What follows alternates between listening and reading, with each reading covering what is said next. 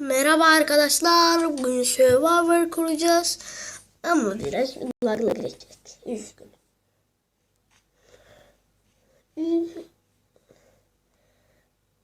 Umarım beğenirsiniz. Like atmayı ve abone olmayı unutmayın.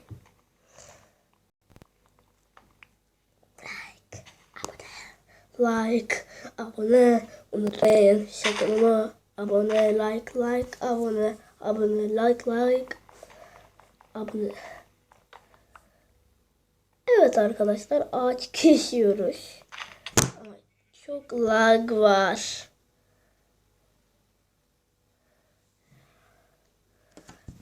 Lag olmadan böyle şey yapacağım. Neyse biraz daha düzeltir.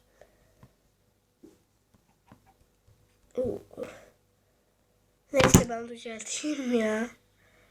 Güzel bir texture. Evet arkadaşlar, geri olanın texture peki kapattım.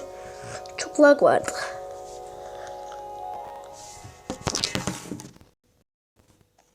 Bakın şimdi. Neyse tamam.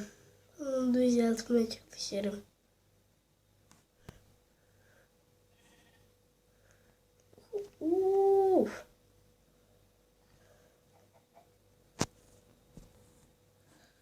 Çok zor olacak.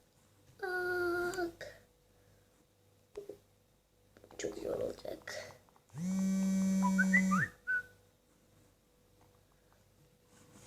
Ne oldu?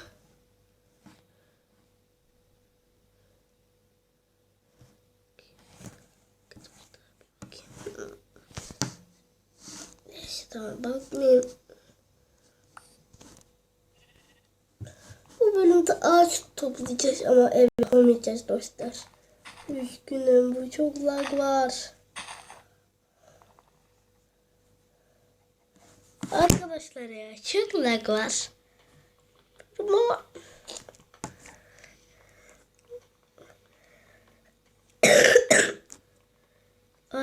arkadaşlar özür dilerim. Bazen öksürebilirim, ben biraz hastayım. Hastayken çekiyorum videoyu.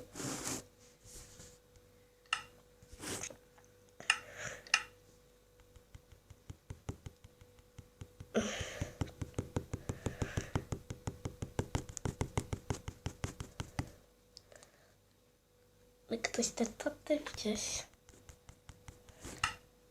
Ama tabii yapabilirsem.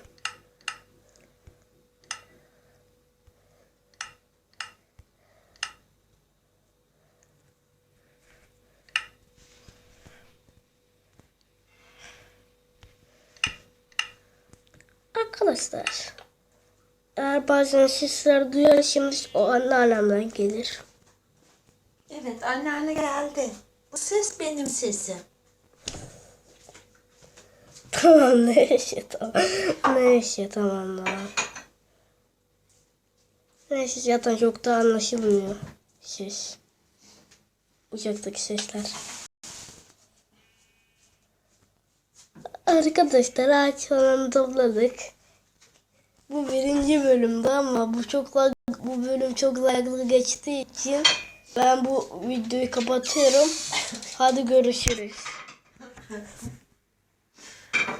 Esprili oldu lan, fena mı? Evet. Yanında anneanne var. Elma soruyor. Tamam. Daha bitmedi video. Bir dakika kapatıyorum.